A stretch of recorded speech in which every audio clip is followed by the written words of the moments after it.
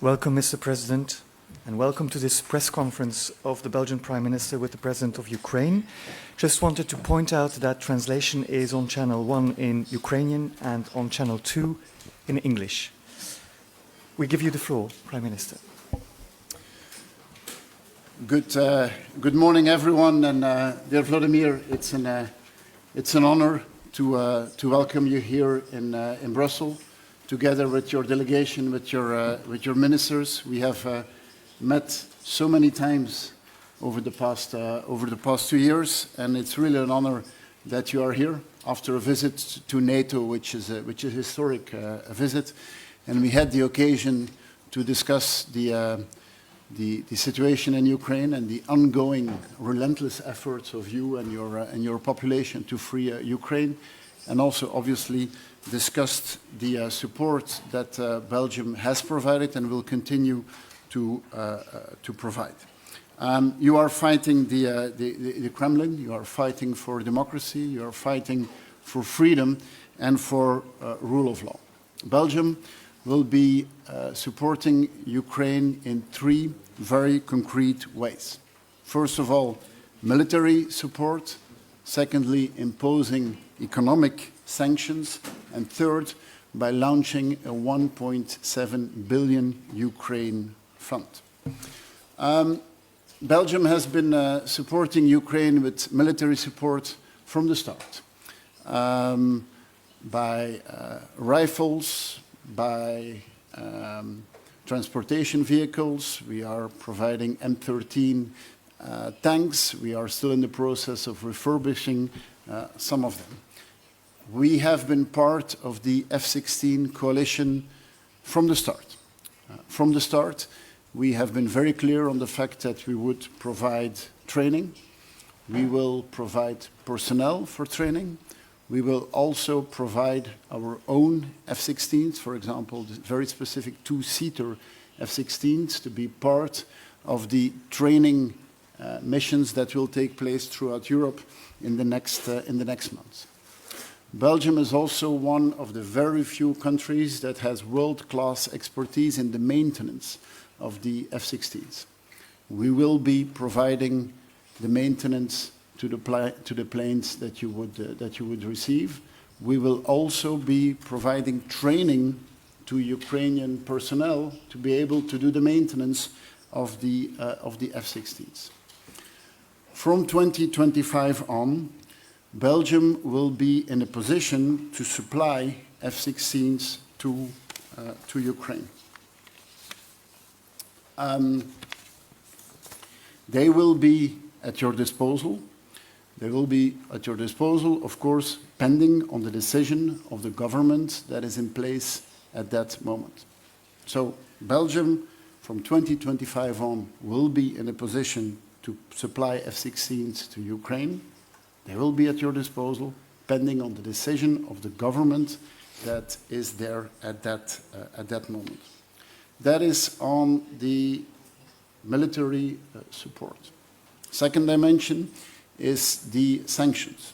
As you know, we have been working together with the European Union on so many packages of sanctions. There is one specific element where we have been a driving force, and that is the sanctions on diamonds. As you know, Belgium plays an important role in diamonds trade, and what we want is to cut off Russian diamonds completely from our retail markets. The best way to do that is with a full traceability system to exclude Russian diamonds from all the markets. We are doing that together with the European Union and with the G7 countries. We are very close to finalizing such a full traceability system, and that means that the Russian blood diamonds will not be able to finance the Russian war anymore. We are very close to a system that will exclude them completely from the retail markets. Third element is the constitution of a 1.7 billion Ukraine fund. That fund, the source of that fund are the billions of Russian assets that are being frozen in Belgium. we in Belgium, we have taxation on the proceeds of those frozen Russian assets. Last year, it was very clear to us that the taxation on the proceeds of those assets should go 100% to the Ukrainian population. We have done that last year. We will do that again this year. We'll do it this year with a 1.7 billion fund. That fund will be used for buying military equipment, and we will do that in consultation as well. It will be used for humanitarian support. It will also be used for the European Peace Facility, for macroeconomical support, and so on. It is for us clear that the proceeds of those frozen assets, the taxation on that for 100% goes to Ukraine. This is, of course, a significant increase in the support that we provide to the Ukrainian population. So, to conclude, from the start, we have been at your side. From the start, we have been at the side of the Ukrainian population. From the start, we are in admiration of everything that has been done. We know that the circumstances are extremely difficult in Ukraine. We know what you are fighting for, and we will continue to support you with that. And let me reassure you, we will be on your side as long as it is necessary. Slava Ukraini. Героям слава. Thank you so much, Alexander. Thank you, Prime Minister. Mr. President. Дуже дякую, шановний Олександр, шановний пане прем'єр-міністре, шановні журналісти, присутні, усі присутні. Я сьогодні радий бути тут, радий зустрічі з прем'єр-міністром. Це була плідна зустріч, і ми ще продовжимо після нашої прес-конференції. Я вважаю, що у нас сьогодні дуже хороші результати. Передусім, я вдячний Бельгії, людям, я вдячний уряду і особисто тобі, Олександр, за допомогу, яка вже надана нашій державі і нашим людям для захисту від російського терору. Ми дійсно цінуємо нашу співпрацю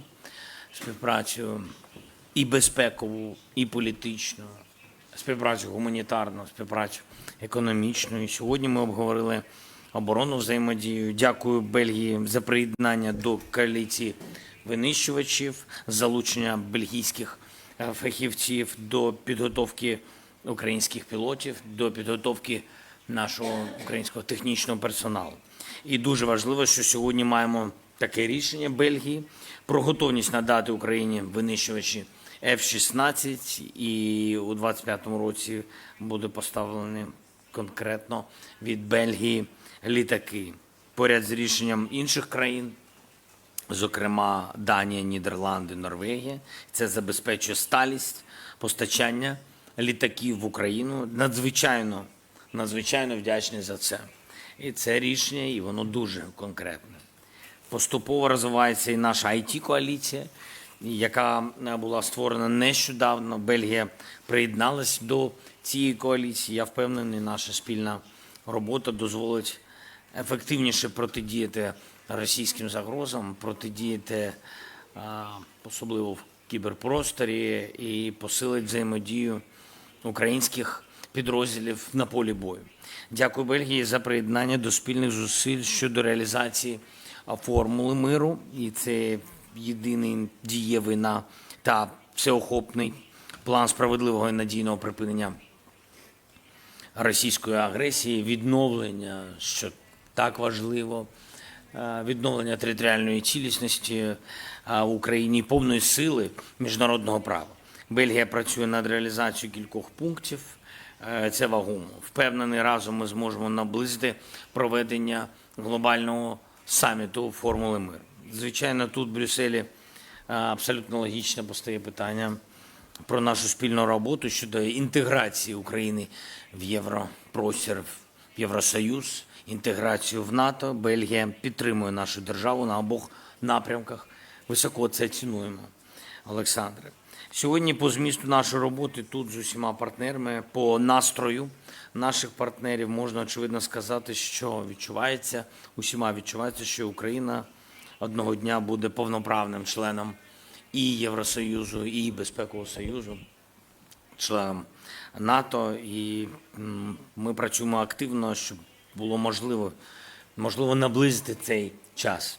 І ще одна річ, про яку хочу сказати окремо. Дякую вам особисто, пане прем'єр-міністре, за принципову роботу щодо заморозки активів держави-агресора. Сьогодні ми обговорили, як саме замороження активів Російської Федерації можна використовувати вже зараз і не втрачаючи часу для компенсації шкоди від агресії, від ракетних ударів з боку Російської Федерації. Є конкретні ідеї, є конкретні механізми. Важливо, що Бельгія стала першою країною, яка започаткувала таку практику використання заморожених російських активів на підтримку захисту від російського терору. Кошти будуть спрямовані на безпеку, те, що ти сказав, ще на безпекову підтримку нашої держави, проекти швидкої відбудови. Ми б дуже хотіли, щоб саме зараз ми могли би використовувати ці гроші. Ну і перші ці кошти обсягом 1,7 мільярдів будуть використовуватися вже у наступному році. Обговорили сьогодні питання санкцій проти Росії. Бачимо, що держава-терорист намагається обманути світ і обходити ці санкції. Я наголошую на тому, що не можна робити великі паузи між пакетами санкційними. Росія використовує це дійсно на свою користь. І також ми бачимо, що існують конкретні можливості збільшити наш тиск і обмежити її терористичний потенціал. Варто максимально зосереджено працювати заради цього. Обговорили новий пакет санкцій Євросоюзу. І в цьому контексті, зокрема, сьогодні говорили про запровадження саме Бельгією такої процедури з ратифікації, яка б не дозволила діамантам походження з Росії потрапляти на світові ринки в обхід санкцій. Пане прем'єр-міністр, я вдячний вам за це рішення і загалом за всю надану підтримку, за те, що було сьогодні проговорено і підкреслюю за весь час повномасштабної війни. Дякую Бельгії. Слава Україні. Thank you. Thank you so much. Thank you, President. We'll take a few questions, but won't be able to take all of them. We have a question from Radio Free Europe, Ukraine first. Olena, yes, please.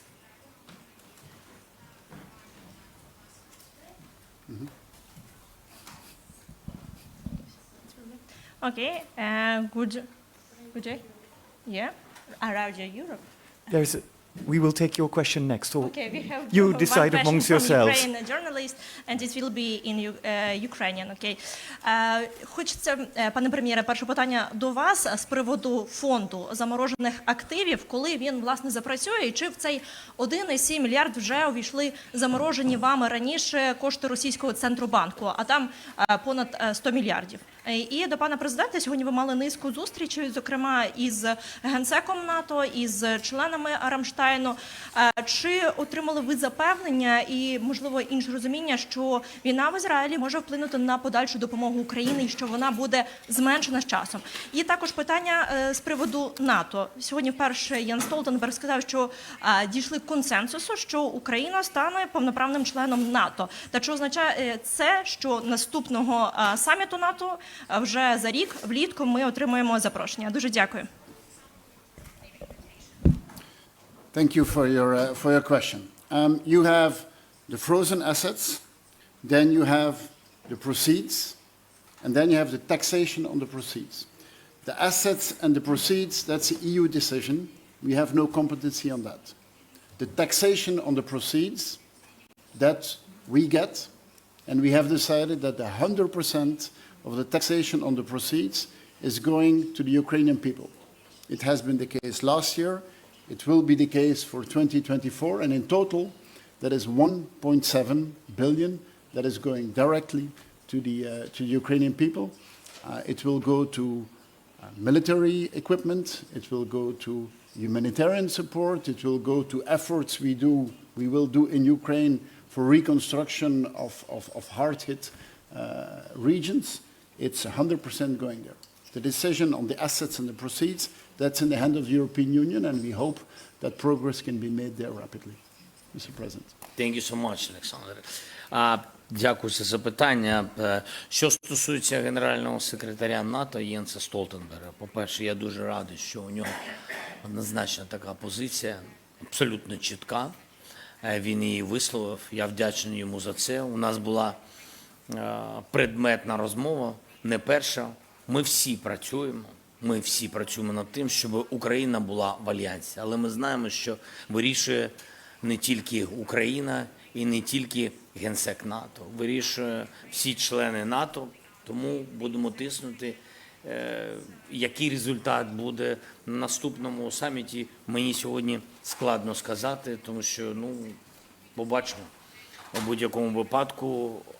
будь-якому випадку ми наближаємось до Альянсу, і ми це бачимо з вами про відповідних сигналах. Сьогодні один із них. Що стосується зустрічі в Рамштайну, зустрічі з міністрами, обговорили детально і з міністром Остіним, і з усіма міністрами Рамштайну, з усіма партнерами, командуючими, обговорили те, що Україні потрібно. Вони знають пріоритет, вони працюють над цим. Ми піднімали питання щодо ситуації, напруженої, дуже напруженої ситуації в Ізраїлі, і як це може впливати.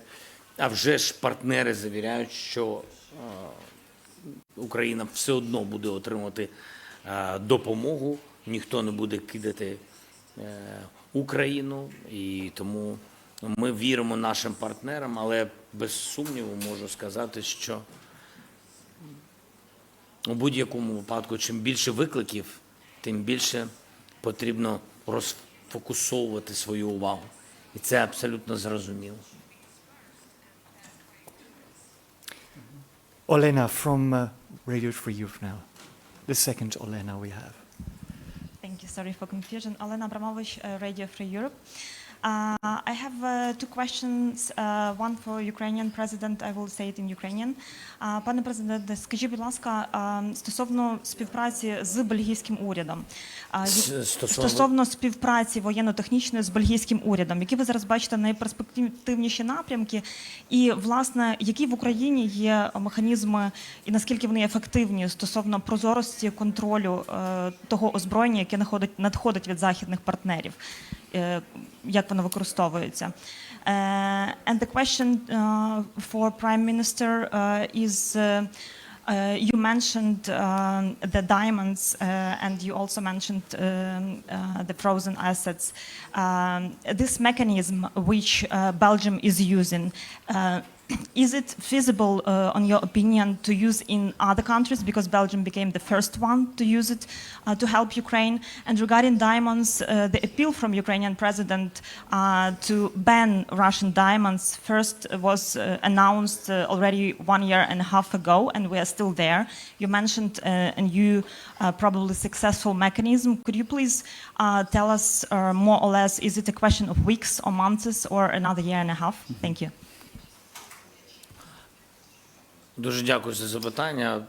Яка робота, я думаю, між нашими урядами щодо посилення нас на полі бою або посилення в економіці. Я думаю, що в наших спічах ви почули. Зараз ми працюємо над тренувальною місією, щоб розпочати і наших українських пілотів, а після тренування вже в 25-му році зможемо отримати літаки F-16 від наших бельгійських партнерів. Але Міністерство оборони і нашому Генштабу треба працювати над тим, щоб перші літаки від інших партнерів Україна могла отримати в 24-му році, але все залежить від тренувальної місії,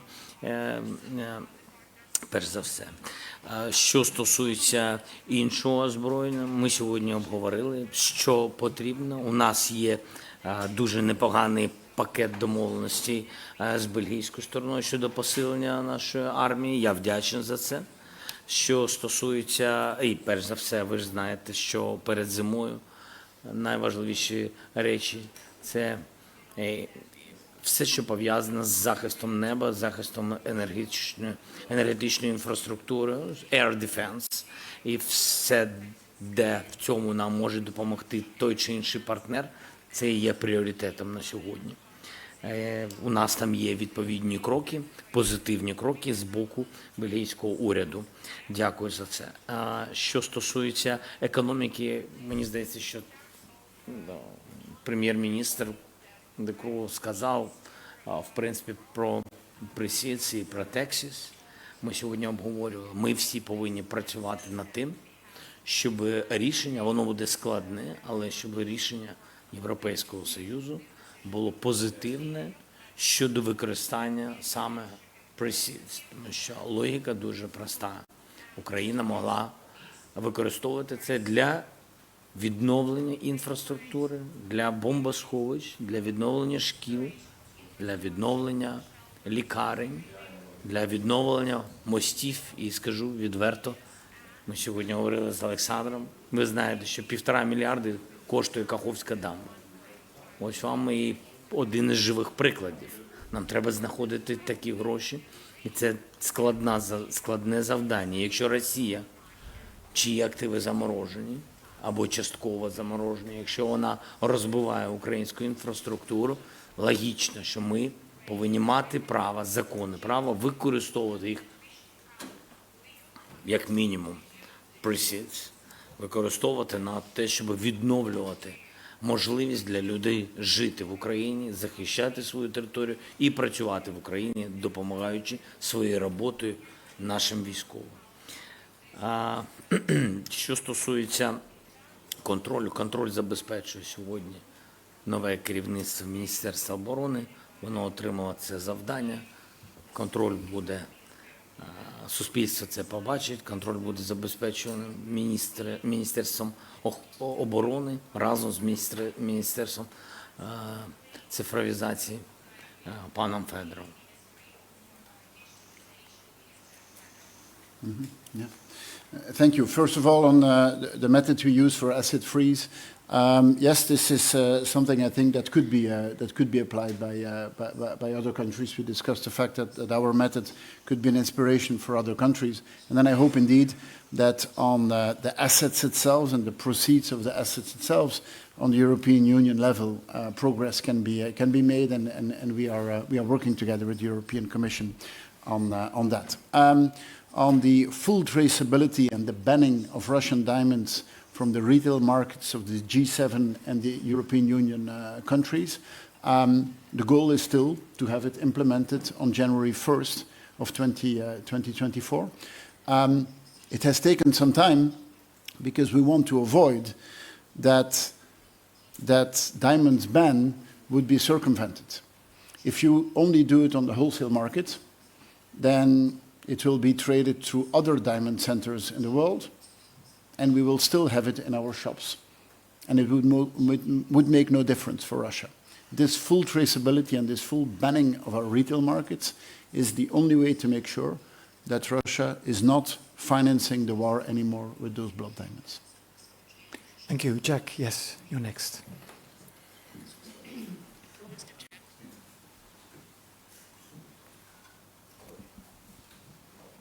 Hi there, Jack Parrock from DW News. First question to you, Prime Minister. You mentioned the F-16s not being there until 2025. You know as well as I do that you've got an election next year and you say it's dependent on the new government. Why weren't you able to get a fixed agreement here in Belgium to make sure that those F-16s go no matter what? And to you, President Zelensky, we've seen what's happening in the Middle East right now. How worried are you that that conflict might dilute or potentially divert Western attention away from the defense of Russia's invasion in Ukraine? Thank you very much. Yeah. Thank you for your question. First of all, I'm quite convinced that in 2025, F-16s will be useful in Ukraine to defend their airspace. And then on your second question, that's how democracy works. In a democracy, the government that is in power at that moment, of course, needs to give its approval. But let's be very clear, The F-16s in 2025, Belgian F-16s will be available. But since they are delivered in 2025 and later, it is normal that a government that is in power at that moment needs to give their final approval to that.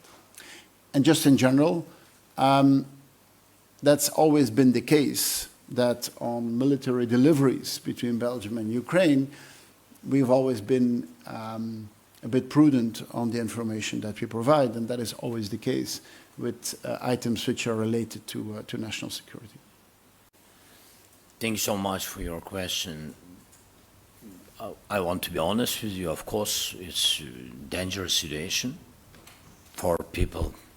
First of all, for people in Ukraine who are in this long war, long-term war, and and of course, everybody is afraid that, and of course, everybody is afraid that if there are some other tragedies worst in the world, with all respect to the people, yes, and of course there is, very understandable volume of military support. What partners, especially United States and other partners and EU, France, what they can give you.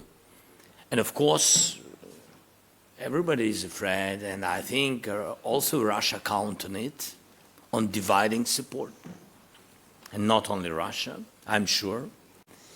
But I'm honest with you, and the same I do with our partners. My question was that will your support be less than now? Even now, during the election period in the United States, you see the challenges, there. The partner says no.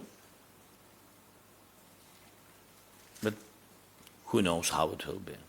I think nobody knows.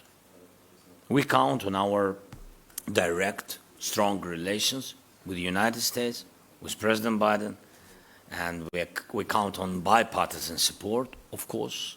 And of course, we count on support of EU, our EU friends. So that's it. Thank you, Mr. President. We'll just take one more question. Yes, please. Yeah, please.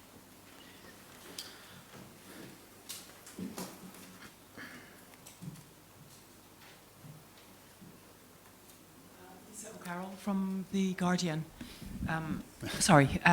Thank you. For the Prime Minister, can you give us a little bit more details about the frozen assets? What is the capital that Belgium has access to, and what is the percentage of the tax or levy that you are talking about? And to Mr. Zelensky, I was going to ask the same question as Jack, but maybe you could tell us if you have a message for the Israeli and the Palestinian civilian people as they enter what is a very dark time. Thank you. So the assets frozen by companies which are established in Belgium, it's hundreds of billions. When you say that Belgium has access to, we do not have access to them. They are frozen. They're frozen by a financial institution that is established in Belgium. The assets themselves, they're frozen. We cannot have access to it except if the European rules would change at some point. Then you have the proceeds. The proceeds of that are billions there as well. The proceeds, we do not have access to them. We freeze them. They are frozen based on European legislation there as well. If at some point access to those proceeds would be legally possible, of course, we will be an enthusiastic partner in that. For the moment, that is not possible either. The taxation on that, and really the percentage, it's really varying, and it depends on the situation of that financial institution, which of course is making more profit than only profits related to the Russian assets. So it's hard to give you specifically how much it would be on Russian assets because it is in a total. But the taxation proceeds of that for 2024 will be 1.7 billion. We've always been clear from the start any taxation on the assets, the Russian assets. It will not go into our budget. It will directly go to the Ukrainians. We've done that last year for the first time, for this year for the first time, and next year we will do it. We will do it again. On the proceeds themselves and on the assets themselves, we are working together with European Commission to see how the legislation can be changed. But that is not national legislation. We cannot do that on our own. Дякую за ваше And maybe on the sorry. if I just Sorry, one sorry. second, Yeah, please, if yes. on the percentage itself.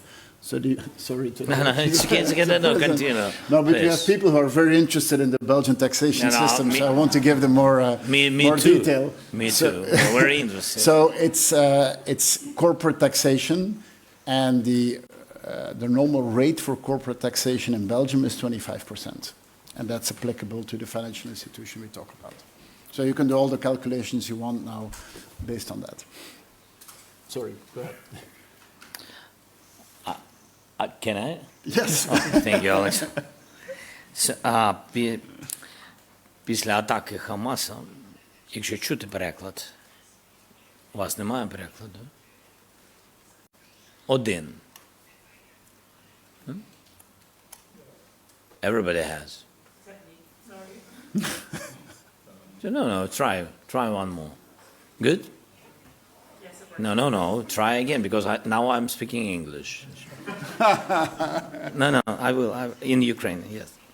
Є переклад, да. То після цієї трагедії, дійсно, терористичної атаки Хамаса на цивільне населення Ізраїлю, і ми висловлюємо свої співчуття всім загиблим. Ми розуміємо, що таке ціна людини і як це відбувається. І тому це страшна трагедія. Тож після цієї терористичної атаки Ізраїль мав повне право на захист і на антитерористичні дії. І мій підхід, я просто хочу вам сказати, що треба, щоб світ не допустив повномасштабної війни. І я сьогодні про це сказав. Я пам'ятаю, як це відбувається. І це може бути початком великої хвилі, великої трагедії і великої війни. Тому що зараз світ знаходиться в такій ситуації, коли на будь-якому континенті може розгорнутися світова війна, використовуючи різні технології, різну зброю тощо. І тому моя оцінка сьогоднішньої ситуації, що лідери ще можуть завдяки не зброї, а політиці зупинити ймовірну глобальну війну. І для цього потрібно бути. Потрібно бути там, потрібно розмовляти, потрібно знаходити варіанти рішення ситуації. Тому що все може закінчитися страшно, хоча це вже, ще раз кажу, це вже трагедія. If you allow me, Mr. President, we have one more question from the Belgian national TV.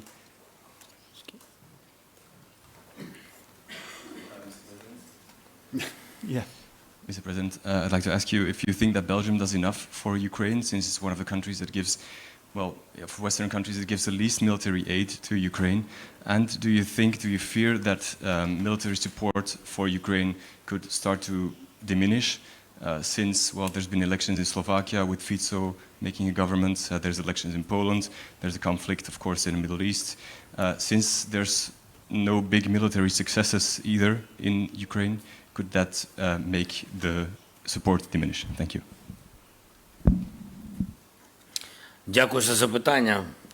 Запитання відверте і відповідь. Запитання у вас відверте і відповідь буде така сама відверта. І я про це вже сказав. Чи боюсь я, що впаде підтримка? Є такі ризики. Абсолютно. Через всі ті причини, про які сказали ви. Але це ризик не тільки для України. Чому? Тому що на самому початку війни у нас не було допомоги великої. такого обсягу допомоги, як потім пішла від світу, коли нам вдалося всім разом об'єднатися, такого обсягу до цього не було. На початку війни, я пам'ятаю, як це було, це велика трагедія.